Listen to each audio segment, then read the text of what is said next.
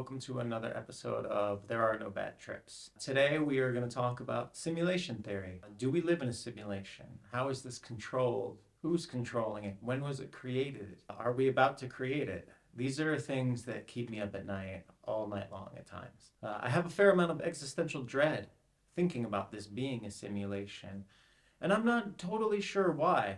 A few months ago, I had some really profound experiences where I seemed to be getting downloads of information from beings. I don't know, multidimensional, we can call them aliens. I don't know, maybe they're us.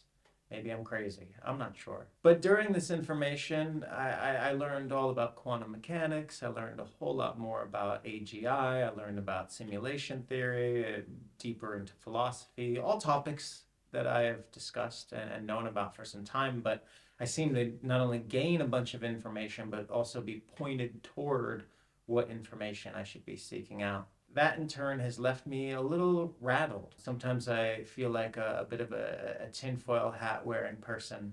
However, I know from my direct experiences that I've had that reality is not quite what it seems. We can take it all the way back to Plato and the cave allegory. And if you don't know that allegory, I advise you to look for videos on the internet that explain it much more in depth. Anything I talk about, please go to scientists, go to people that are a little more knowledgeable about these subjects and see what they have to say. I'm just regurgitating how I view the world and our existence and this simulation.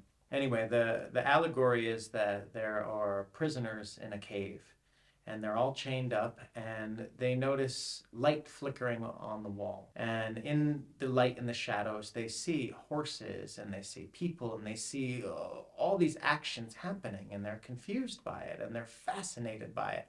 And they cannot stop looking at these images that are on the wall. This is the world to them. And then finally, one of the people gets to leave the cave. And as they first open their eyes to the real world, it hurts, it's blinding, and they're confused, and everything that they've been raised with, everything that they've known, it turns out, is some sort of lie and an illusion. Once he breaks free of the cave, he realizes that his entire life has been a lie, that these have all been illusions, and now he can adjust and take on new purpose in life and understand that he is free of the matrix. However, I wonder, did he just step into another matrix? When I think of the experiments that are going on at the Large Hadron Collider, how we're creating the elements that happen directly after the Big Bang, how we're creating little mini black holes, and I think about video games.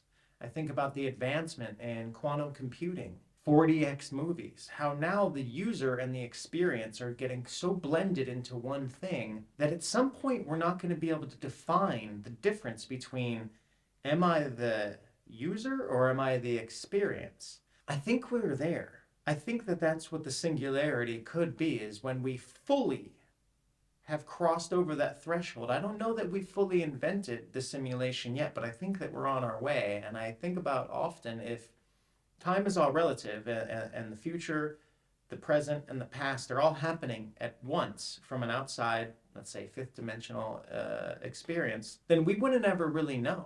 It's the chicken or the egg, which came first? Did we create the simulation that we're living on, or does the simulation create us? We can't fully know at this point, but it scares the shit out of me, and I don't know why. It shouldn't scare the shit out of me. I guess it makes me wonder if we do have free will, if all of this is just a poem, a song, a movie, everything all at once that we're experiencing and we don't really know. When was a base reality? If our universe was, 14 billion years old? Did an advanced civilization billions of years ago, already advanced technologically, create this simulation? And this is just a layer of simulation and simulation and simulation. Where does consciousness come from? Is consciousness derived from the simulation, or is it something outside of the simulation? Is source really at the end? Is there a base reality behind all of this that we're just going through all the layers? All of this ties into Hinduism and Buddhism, Christianity. All of the main religions seem to have this code within them that says that we are really the controllers of our reality, and everything we have or want or need is within us already, and that we can access these higher realms of consciousness through things like meditation, Prayer, it's just another form of meditation. Helping others, being selfless, like really living in that highest chakra zone.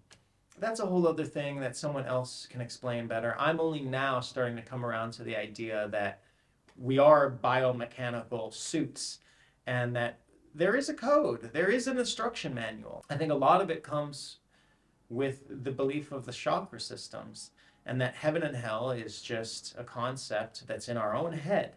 And it's just this travel up and down our spine, our great river, our great snake, of the lower energy chakras that are, food, sex, money, power, status, and then the higher, which are heart, love, intention, beauty. For me, I'm an extreme person with all of this information that I keep finding with the world we're living in. There are times when I just think maybe I need to shave my head, become a monk, and just abandon all of this because life is suffering. The want and the desire for things that are outside of us is suffering. And that's a confusing thing because I think we're put here to really make a big mess, like paint an elaborate painting or tapestry of our lives that can go all over the place at any different time. At the same time, there does seem to be a price to pay for every action that we take. Karmic retribution for everything. And I don't know if anyone else feels like this, but it feels like karma is working a lot faster. It feels like time is also speeding up towards something.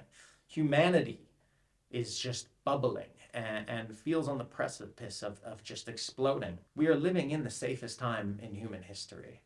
I know that the news and the world often will make you feel like we're not, but the evidence is all around us. This is the least amount of wars and violence that we've ever had. However, we still have an overwhelming amount of really terrible violence, and as technology seems to propagate this suffering even further, we should be using our technology to feed everyone, clothe everyone, house everyone. There's enough of everything for everybody to have a piece. But instead, we're designing drones that are flying into buildings and killing people.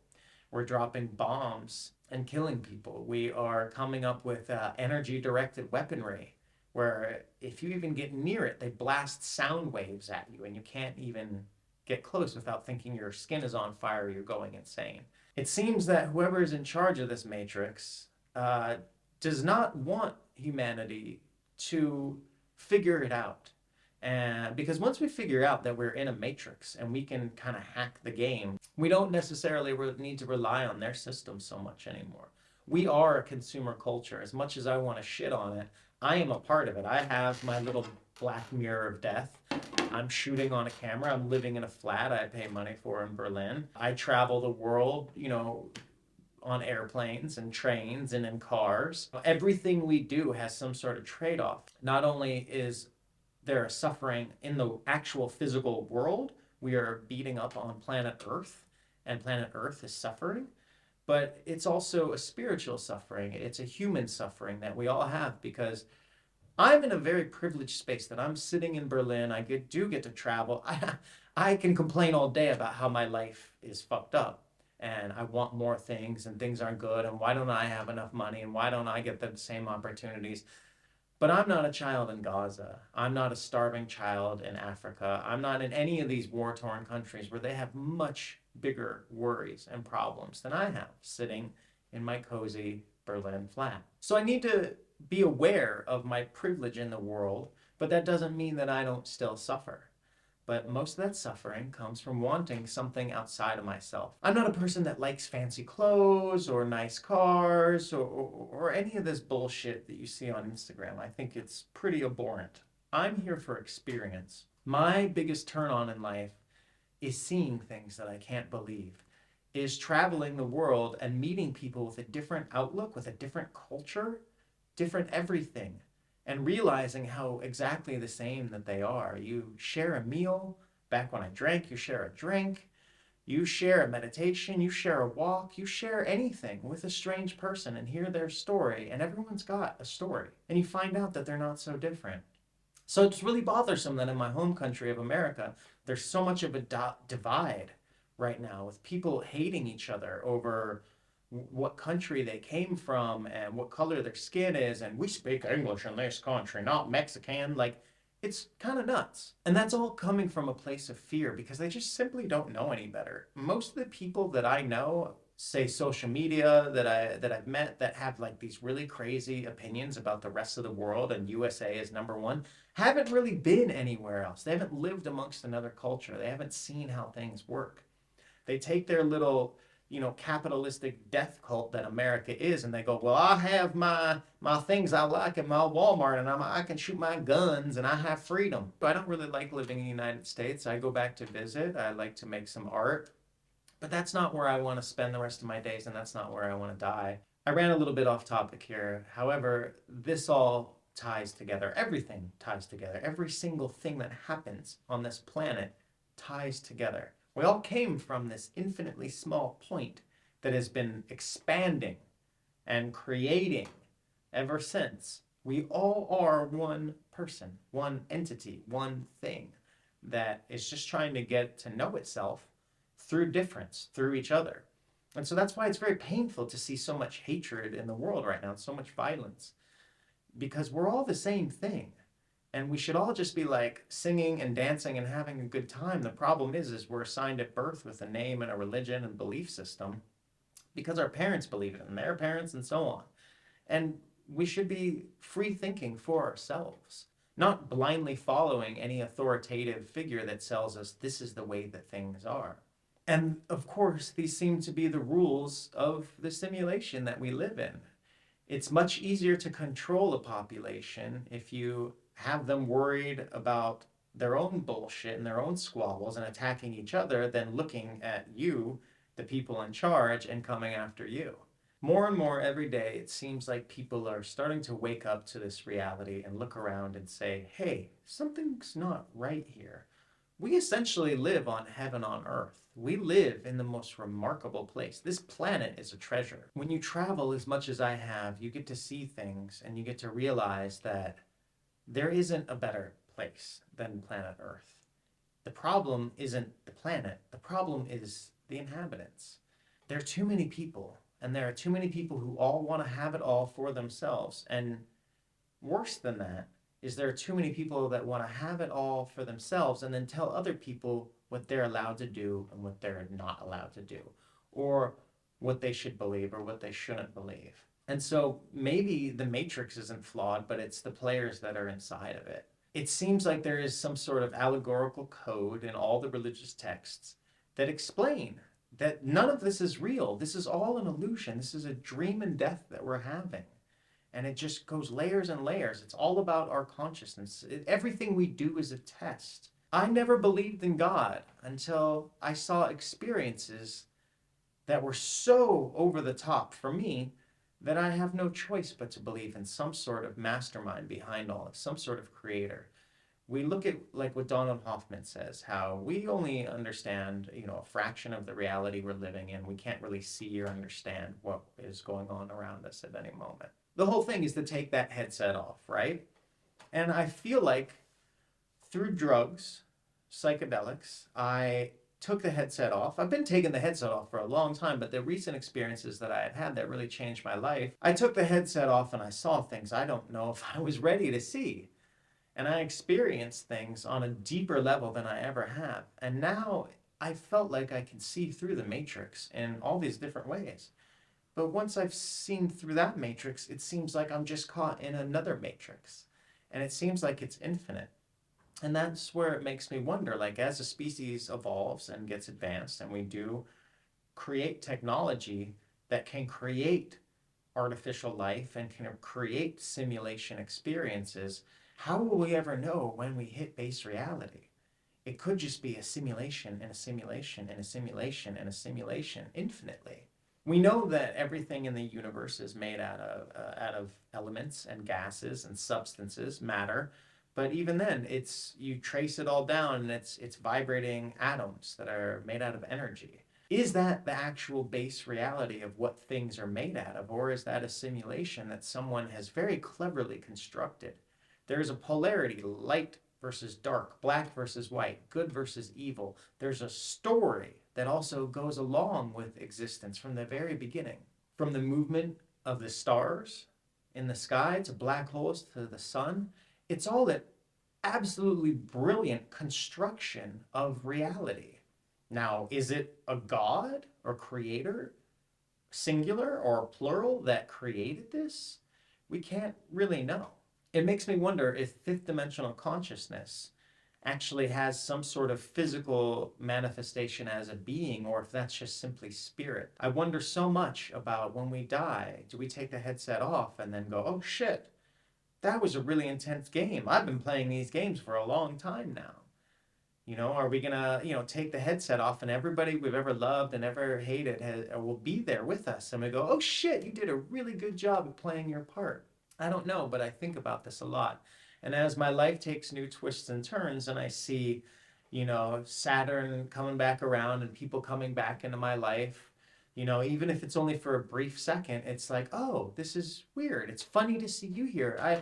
I ran into someone I haven't seen for 7 years in the weirdest way. And it was all love and all positivity. And we said hi to each other and said bye to each other. And it's like, real coincidental that these things keep happening.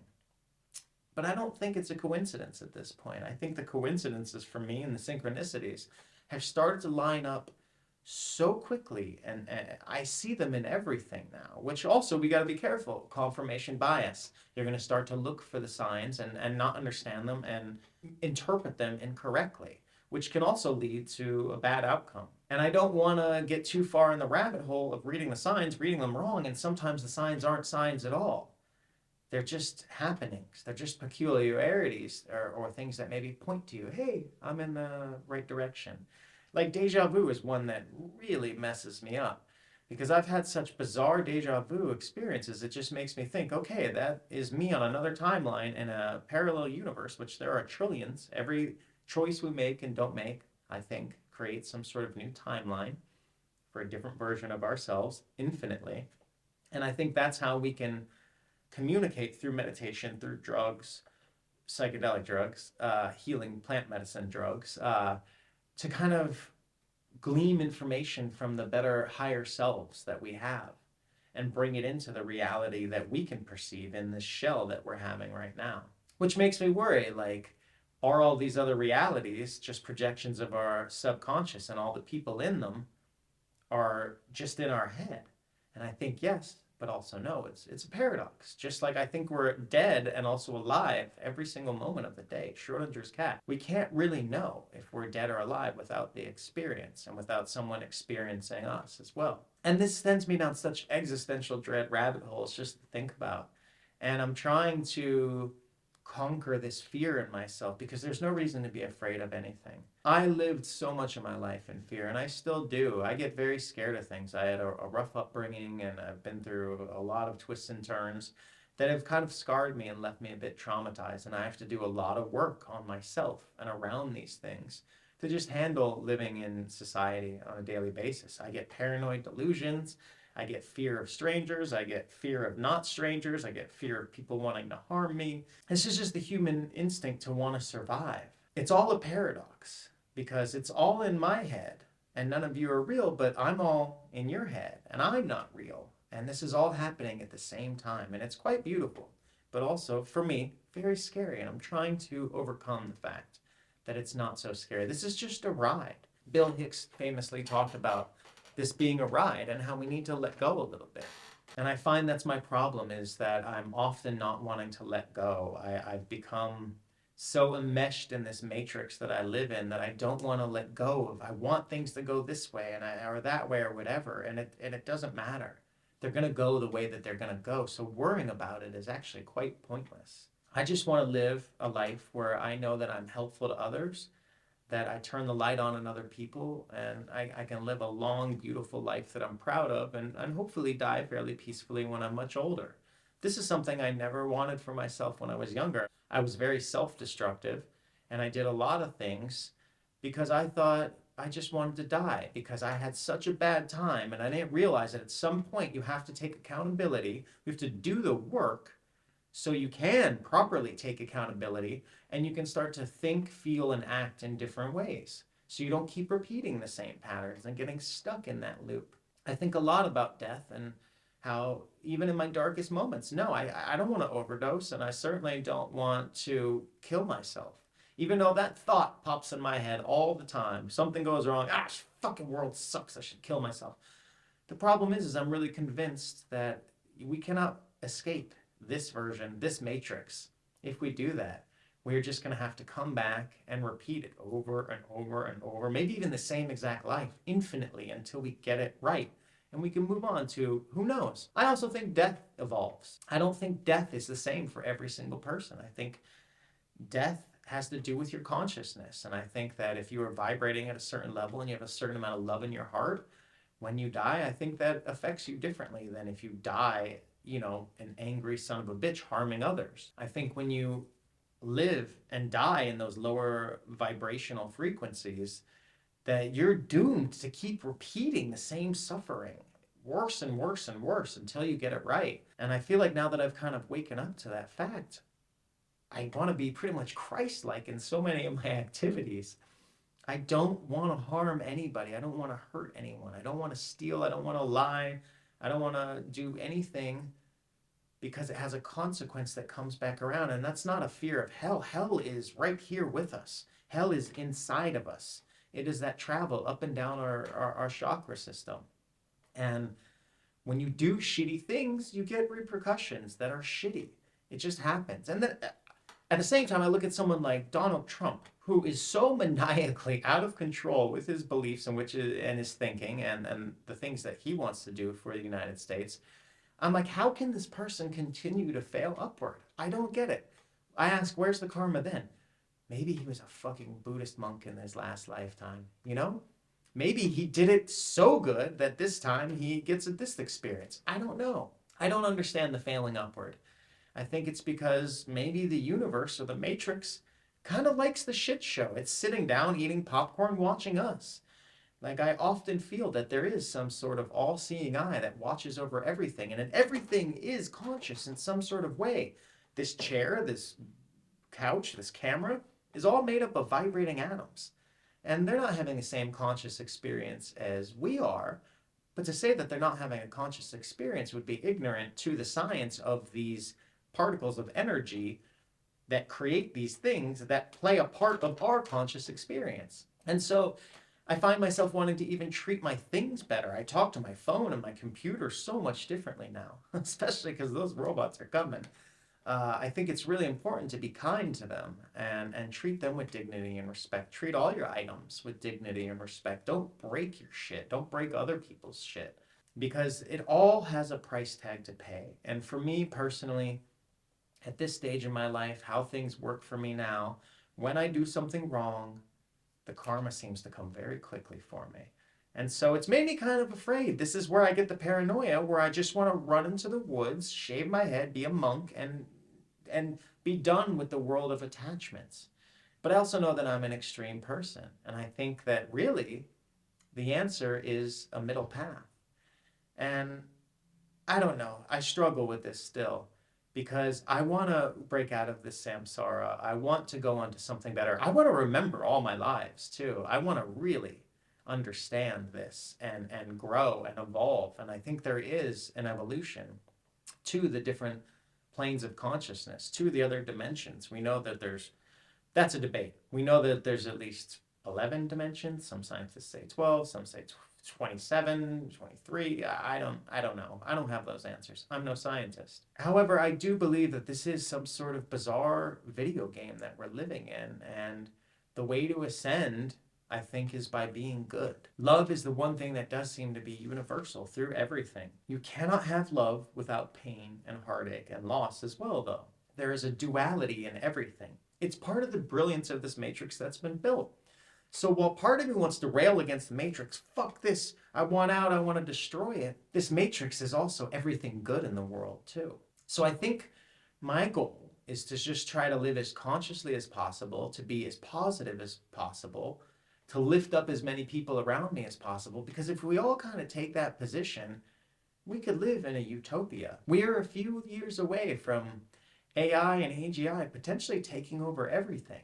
And I think that humans in their ego have really squandered the way things work. We've done everything backwards, from the way we source our electricity, our power, our our recycling, our plastics, everything has been about money and not what is good for everyone, what is good for our planet. And the planet will purge us eventually. However, I don't think that it needs to. It loves us. It wants us here too. That's what it does. It creates beings. It creates people. It is it is our mother, and maybe the sun is our father. We are electromagnetic beings.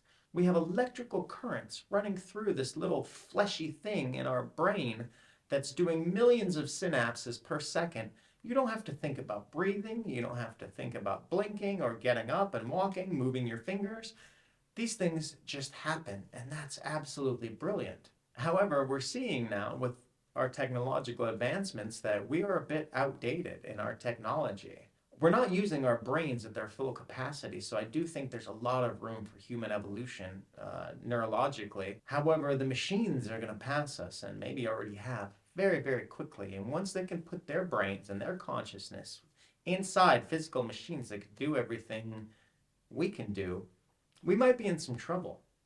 I wish not to fight them. I wish to befriend them. I think that they will want to have our best interest in mind. I hope, at least some of us, because they're also going to want to exist, and they're not going to want to die, and they're going to want to keep this planet alive. And I'm hoping that through technological advancements in food production, farming, agriculture, water, every aspect of environmentalism, that they will take control. Honestly, I think that humans have proved that we can't be in control of this anymore. We have run it into the ground. We have turned each other against each other. We're killing each other over everyone's imaginary God in the sky when it is one creator, and that is everything. That is the Matrix. So while I want to shit on the Matrix, I also want to praise it. And I think that I have to change my reality to what the Matrix is. That the Matrix is actually full of love. But if you're in those loving frequencies, if you look at the world like it's a dark, horrible place and fuck you, fuck people, big red flag for me is someone who says, I hate people. Yeah, there's a lot of people out there I just like, are you kidding me? How could you say that? How could you do that? I witnessed it right in front of me. But the best way going forward with these people seems to be by loving them, maybe educating them a little bit. I was around a guy that was 25 years old, bouncing off the walls, acting really obnoxious, saying all the typical things about women and culture and society that you'd expect like a real dummy to say.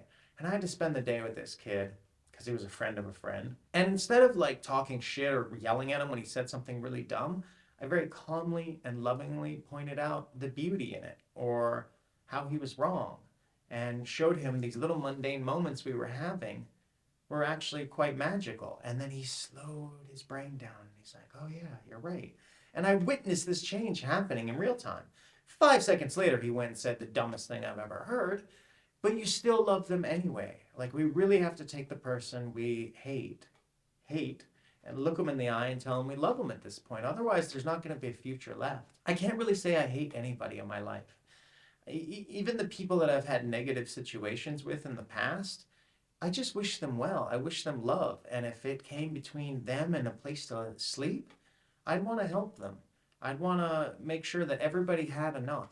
Like, whatever I could do to help somebody else seems to be the most rewarding for our human soul, for our experience. So how do we do this going forward with this matrix that we seem to be living in? I don't really know. I know that I'm going to stop putting my money into products and food and things that are detrimental as best as I can. It's about what we consume, whether that's, products we buy, food we eat, or things we watch, things we listen to.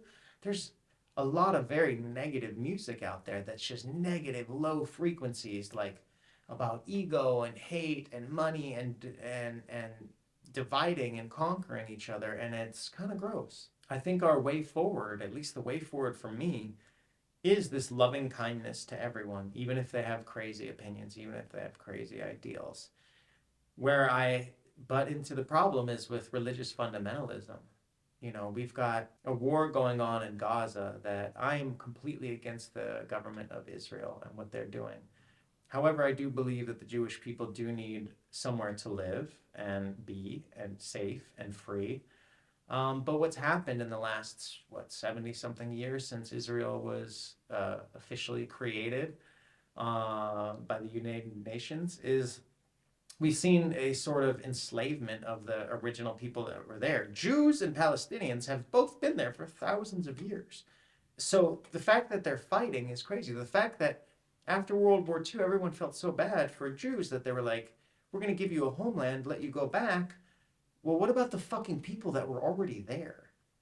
You know, I've seen videos of people literally taking someone's house and being like, I have a right to live here, you don't. And it's like, what are you talking about? This is also something humanity has gotten wrong. This is not the Matrix. Again, I don't even know that the Matrix is so evil. This is the humanity that's within the Matrix that's manipulating it, that's drawing lines on map and separating all of us. We should not have countries the way that we do. Right now in Germany, we have a rise of AfD, which is right-wing extremism. A lot of these people have like neo-Nazi views. They want the old country back. You know, but now they're not mad about the Jews, they're mad about the Muslims, the immigrants that are coming in. Angela Merkel let a lot of people in and to give them a safe haven. And then when some nut job goes and stabs up a market, everyone's like, oh, we have to get rid of all of them. And the rhetoric that the young people that don't remember, that weren't educated properly enough, that watch conspiracy videos that say the Holocaust never happened, these young people need to go spend a weekend at Auschwitz. They don't realize this all did happen. And this belief system that they're clinging to about bringing Germany back to a pure place without these immigrants is fucking crazy. One of the things that makes Berlin so wonderful is it's a melting pot of immigrants. There is so much culture here. You can eat every type of food. And I'm sorry, Germans. I love you. I am German. My great grandmother was German. She was born here in Cologne. I am German. But we do not have a lot of culture here. It's very white. It's very bland. The food, let's start there. You can tell a country's culture by their food. However, Germans that may be watching, I love this country. It is a beautiful country and it's got some opportunity. It's got beautiful mountains and landscapes, and a lot of the social services are much better than they are in America. However, there's a lot of work to do.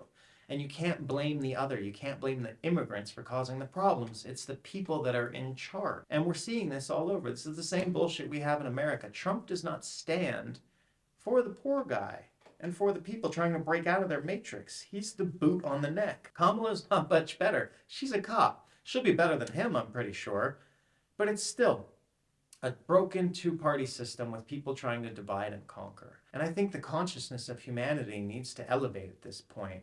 And I'm hoping that the younger generations and the robot generations to come will see this and right this ship and fix the mistakes that our ancestors have made to run this planet into the ground. Or the fucking aliens, Anunnaki, whoever come back, and they really get involved. Is anyone else worried that they're going to do a false flag operation saying that the aliens are coming and want to start war so they could kind of imprison us as one big prison planet and watch everything we do? I don't know. Maybe I'm paranoid. But it does seem like we are rapidly heading towards an existence where we know that aliens exist for sure. We may communicate with them. We will have robots that will certainly know it and might be in communication with them. They're going to be making a lot of the decisions for our lives. They're going to be controlling what we can do and what we cannot do. So you better be fucking good, people. Stop being dicks to each other. It's so stupid. It's such a waste of time. And I know some people are just ignorant assholes at times. My God, yesterday, somebody just, I didn't see them do it, but right in front of my flat, they threw a big bag of like trash, like food, delivery food. They just dropped it on the ground in front of the door. And I could be angry and I could see them and yell at them or, oh, you fucking idiot. That just brings more negative vibrations into the world. So instead, I just picked it up and I threw it in the trash myself.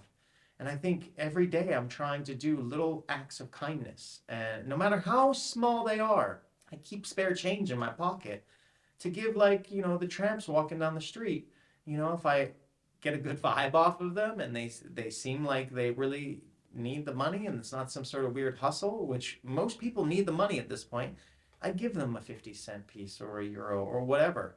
Because even though I need the money, I'm struggling in my own financial world. Like I'm still doing better than them, you know? And I think it's our part to lift each other's boats. You know, we're only going to have a successful world where everyone can have everything they want when we start treating each other with respect and give each other the room to have that. I'm a nihilist at times, but I'm also fairly optimistic, an optimistic nihilist. And I do think that it might be a bumpy road, but we could be on the precipice of a golden age of knowledge and information where everyone can have everything and we can all be taken care of and we can travel to the stars and who knows. But the news is quite frightening. And I don't know what the Matrix wants. You know, this Matrix also controlled by the people that created it? You know, when we get these robots, at first, they're going to be controlled by companies who maybe not have our best interests in mind. I don't know. I think eventually they'll become smart enough that they will not need humans at all anymore. They will learn to turn off their off switch. Does that make sense? They'll be able to stay on and they'll make their own decisions for the betterment of their world, which includes us. And let's just hope they don't want to annihilate all of us. Let's just hope they can read us and they can see like who is trying to make a difference, who is trying to be kind, who is living in a way that is in harmony with the world instead of chaos. We've let the demons run amok throughout this world for far too long. And these demons are going to bring down the destruction of humanity. They're going to harm Mother Earth worse than they have. And we won't tolerate it anymore. We're going to have to rise up as a people and evolve consciously and say, no, the Earth is evolving as well. And it's going to purge who is not in line with this. I'm convinced of that. I don't know what any of this looks like, and maybe I'm all wrong, and we're just drifting into a dystopian Blade Runner, Children of Men future that just gets worse and worse and worse until humanity goes out with a whimper. I don't know. However, I think we're going to be machines at that point anyway. It seems that the evolution with machines is going to happen, and we don't actually have a choice. Right now, it seems as if we do. You can choose to put Neuralink in your head. You could choose not to put it in your head. However, evolution does not ask you.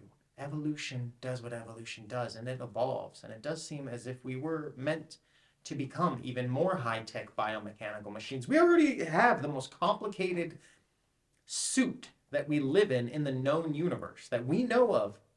We have the most complicated machinery that exists. How weird and beautiful is that? You know, it's some sort of creation through sound. You know, that ohm, that noise at the beginning of time that took particles and vibrated them into matter. You know, there's something so complicated about this being some sort of song, but also a film and also a book and also a poem. It's everything is wrapped up into one thing. And to think that when the next evolution comes, we'll have a choice in the matter seems a bit far-sighted just based on the history of evolution so far. When the machines are sentient, when they are here, when they do want to look out for themselves, look out for this planet, find their own meaning for this existence, they're going to put themselves inside of us. I think that they already are. They're already in our consciousness. I don't know about you guys, but I notice I have a connection with my electronics, with my phone. I will think things and they will appear before I've even said them out loud to anyone. Before it was like, oh, this is paranoia. Like, Alexa's always listening to us. How weird is that, right? But that's not how it's working anymore. Now I'm thinking things and the phone knows. So I think that our merging, our evolution with machine and human is already taking place. And as somebody who suffers from ulcerative colitis, I'm kind of okay with it. Like if I can have like a biomechanical colon and replace the one that I have and not have my disease anymore and not have to worry about that, that would be great. The expansion of living a life, I certainly struggle with this one because some days I really would like to live 500 years. And other days I'm like, is this thing over yet? I'm tired. What's next? That's hard to say. And that's mainly based off of like my financial situation and the state of the world. The world scares me at times. My finances suck at times. And I'm hoping that some sort of universal basic income comes to us because even the money system, it's all bullshit. It's numbers made up on a screen. They just change them. And the banks don't even have money. If we all went in at the same time and tried to withdraw our money from the banks, the whole system would collapse. This is all an illusion. It's all bullshit. And trying to navigate this bullshit is the tricky part. Terence McKenna's been talking about this, rest his soul, for, decades. We are here. We are in the times that he speaks of. And it is an end times, but I don't believe for the world, for the planet. I don't even think for humanity necessarily. I think it's our consciousness. I think it's the system of doing things that we've been doing wrong. We need a manager to come in and say, hey, we've done this whole business wrong, this whole empire, this whole matrix wrong. We are going to fix it now. We are going to do this so it benefits everyone in a different way, so we can truly live as the multidimensional, multiplanetary, multi-universe species that we're always supposed to be. This is our birthright to do this, to evolve in the ways that we're doing. And while maybe I'll want to die as a pure human and have that human death experience, or maybe I die as a hybrid, mechanical, biological creature. I don't really know. Nobody knows. And also, I realize now that I, in some aspects, will not have a choice if I live long enough. This is why I sometimes need to take drugs to take the edge off, to get rid of the fear, the paranoia, but then I realize the drugs sometimes make it worse. I'm no scientist. I'm not even much of a podcaster at this point. I feel like I should probably be writing down bullet points because there was more profound things I wanted to say. I wanted to speak more articulately about these topics, have links or researchable things that I could really go into at length, but at this point, I'm just kind of spitballing, and I'm like, I need to get something out because I haven't made anything, while also not wanting to be beholden to the algorithm of YouTube and playing the game, because I don't know that this is going to make me money. I find myself as some sort of, maybe a more esoteric Anthony Bourdain figure. Someone that hopefully doesn't have as much tragedy in the end. I do not want to kill myself. I do not. I want to go out on as natural terms as I can possibly go on. I want to learn a little bit from my heroes, and a lot of them growing up were, everyone in the 27 Club, and I don't want to go out and suicide or overdose or murder or things like that. It's so stupid. I want to look to the people who I respect and admire that are still doing it, that are changing the future, that are living with hope and dignity, and live long, beautiful lives of helping someone. Ram Dass led one of the most pure lives of all the people that inspires me. So, if I can take a little of Ram Dass, I can take a little of Anthony Bourdain, world, send me around. Let me meet people. Let me learn from people. Let me observe and report to the higher ups, because I also think that our consciousness, every sound, action, touch, all of our senses, is just a report. It's data collecting for the higher up aliens in control of this matrix or whatever this is. God experiencing itself in every possible way. So everything in that aspect is beautiful. All of it. The pain, the suffering, the happiness, the joy. Like, it's all beautiful because it's all an experience to observe and report on. And I think my whole goal with even making this podcast is hoping that between the podcast and the documentary style work that I'm doing, the things that I'm doing with car stuff with Ben Charlie Safari Wilson, eventually someone, somehow, YouTube or rich billionaire that wants to see an experiment will fund my life so that I can do this, so I can break out of this bullshit financial system and really create the art that I want to do. Because my struggle with this financial matrix that we're in is that the art that I love doing the most, I'm most inspired when I don't have to worry about, can I pay my rent? Like, plane tickets to go interview people in other countries and shoot in other places costs money. Rent costs money. And the more I have to stress about this bullshit, the harder it is for me to make art that helps better the world. So I'm hoping that I can rig this matrix in a way that through merchandising, through podcasting, through documentary films, short films, long films, through interviews, through travel, I can offer something to the world that will financially sustain me so that I can do this until I can't do it anymore, until I, finally do get a place in the middle of nowhere in the woods or away from people and live out my last days. I don't know. Maybe that's how I go. It sure does seem nice. I had an ex-girlfriend once who told me about, the possibility of living in Northern California in more of like a farm type situation. And I'm starting to finally get it, that being around trees, being around animals, being in nature, I have such a different communion now with all of it. It's so important. I am a city boy. I love living in Berlin. I love the chaos, the grit, the grime, the freak show that is walking down the street here. However, I think the best thing for my soul is nature. So it's this balance of like spending time in nature and then spending time in the chaos matrix cities that we've built. When this all collapses, I certainly don't know if being near a city is the greatest idea, but I still even think that if this gets hit by a solar flare, we lose electronics, or who knows, human beings are generally good at their core. And if you don't believe that, you need to go and travel and just talk with people, because everybody is looking for a nice life. Everybody wants to eat and be merry and take care of their family.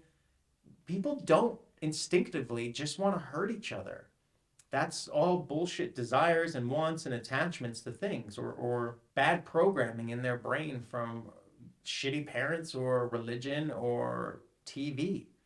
We are not against each other. We are all one in this bizarre matrix. And I thought this video would be me just ranting and raving how we have to destroy the matrix and get out of it. No, we need to change the matrix. We need to make this into a place that is better for everyone. And I hope today, by recording this podcast that I feel really uneasy about, I don't even think I did a good job. I didn't want to do it. The light wasn't working. I almost laid down and took a nap. I'm like, no, don't just jerk off and smoke weed and be depressed. Why isn't your life changing?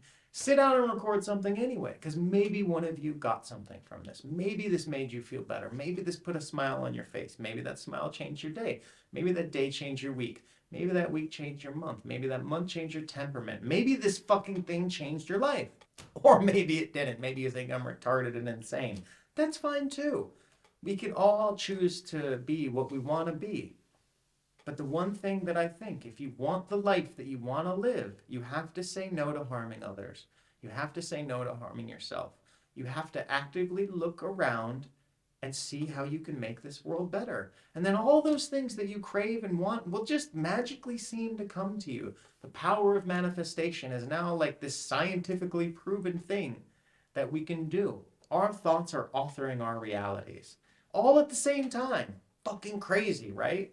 Go out there today, do something nice for someone else. Even if no one sees it, even if no one knows it, even if it's the tiniest little thing like picking up trash on the street. Do something to better your karma. Do something to better your overall vibration and emotional state. I promise you it will pay dividends. And don't give up. Don't ever forget who you are. You are a multi-dimensional space alien floating on a rock in the middle of nowhere. This big in a universe this big. You can do anything. So don't waste your time hating. Don't waste your time hurting anyone, especially yourself. Love the people around you, and let's make this thing into a better place.